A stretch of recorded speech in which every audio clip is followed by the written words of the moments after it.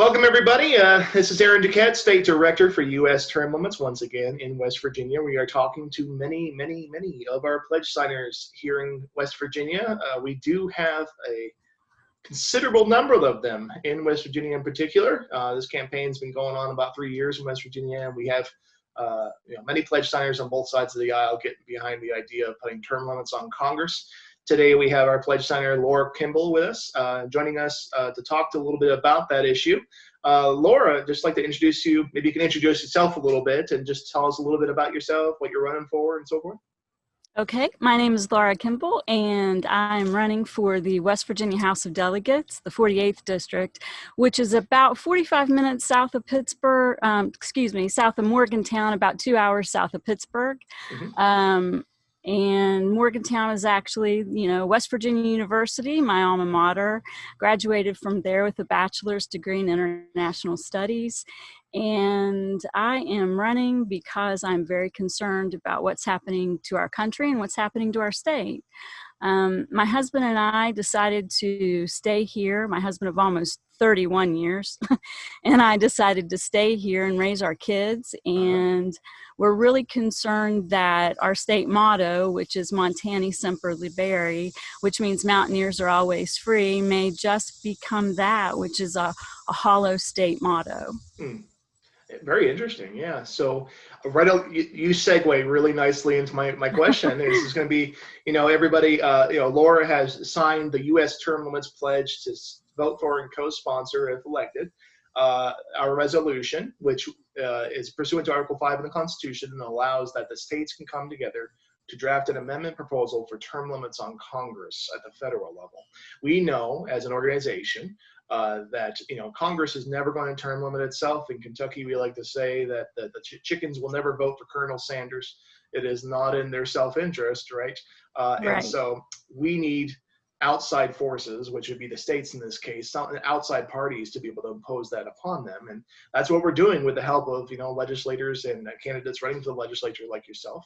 Speak to us a little bit about why you're so supportive of congressional term limits.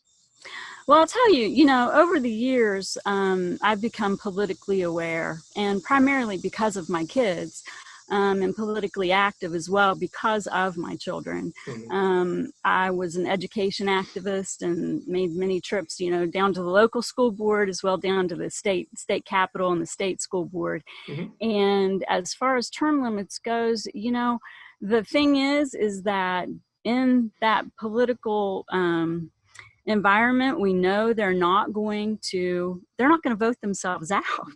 And so what I did kind of to refresh my memory of how I started, becoming interested in politics, I, went to YouTube like everybody does. And I pulled up the hearing of former Senator Jim DeMint from South Carolina.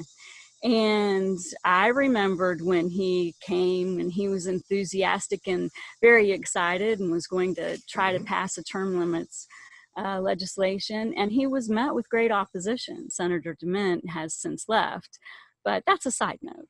I think it's very interesting that when we talk about our members, they're supposed to be from the people.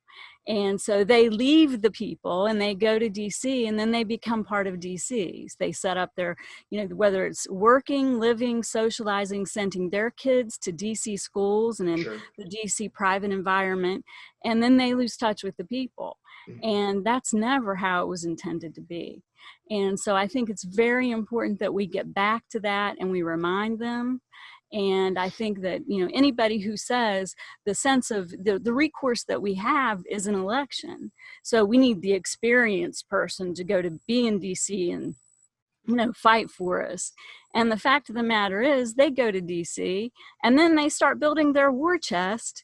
And so the little person, little John Smith, who wants to say, I don't like what you're doing anymore, he really is met with he is really the small David trying to fight the Goliath of the, $500,000 to $1 million to $2 million, $3 million war chest that these Congress people can build up.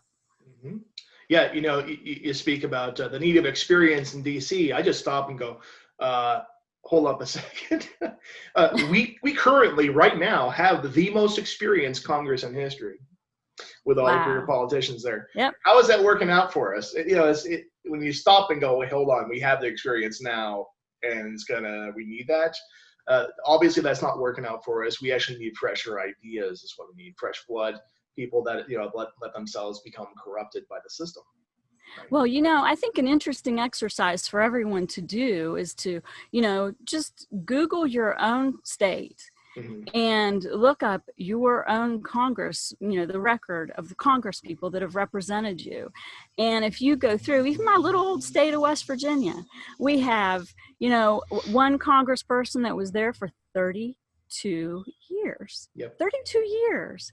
And then, following right behind will be 28 years. Mm-hmm. And what will oftentimes happen, and I know it just isn't, unique to West Virginia, but what has happened in the past is you'll have a family dynasty kind of develop. And I don't think the founders really intended for that to happen either. You'll have a father perhaps, and you'll see in the record, they will have served however many terms, 6 or 7, decide to retire, and then they go, and guess who follows right behind them? Another family member. Yep. And they'll be there for a very long time. So how can we, the people, get back to seizing control and having Congress be what it was intended to be, which was to represent us? Yeah, what you so articulately say here is you're illustrating why we have ended up in an elective aristocracy, which is a fear of some of the founders. Actually, when Thomas Jefferson received the Constitution draft, one of his first complaints was, where's the rotation of office? Because we had that before. I'm concerned that this is going to eventually be an enticement so that the people, we cease to have a citizen legislature and we have a professional class of rulers. And, yes. Enjoying every privilege of that political class. No doubt.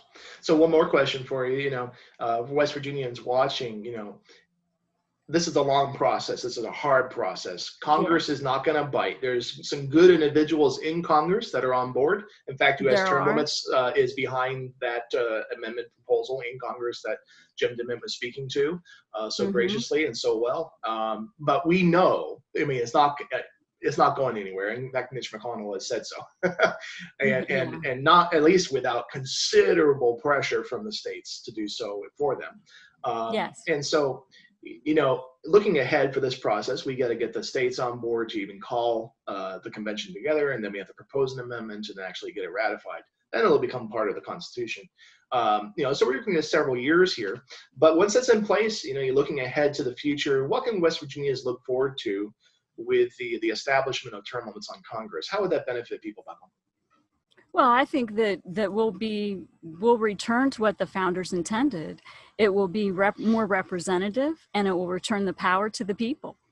And that's what we need. We need them to hear us, because oftentimes they are not hearing us at all. And with the arrogance sometimes that experience can develop arrogance, for that matter. Experience of what? Right. Well, yeah, exactly. So we won't have that anymore. And I think that having term limits is absolutely one way to make sure that we return to our roots.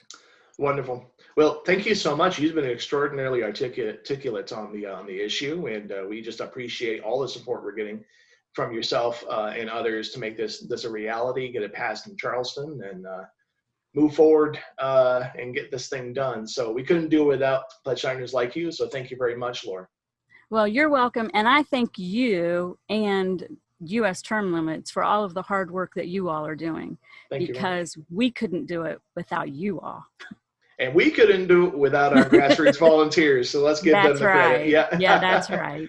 Yeah. So, wonderful. Yeah. So on a last note, I'd just like to say to West Virginians especially, remember, mountaineers are always free. It's very important that we think about that and keep pursuing that down in Charleston and guard that. And have a wonderful day, and please stay well. Thank you very much, Laura. Take care. Okay, you too. Bye-bye. Bye now.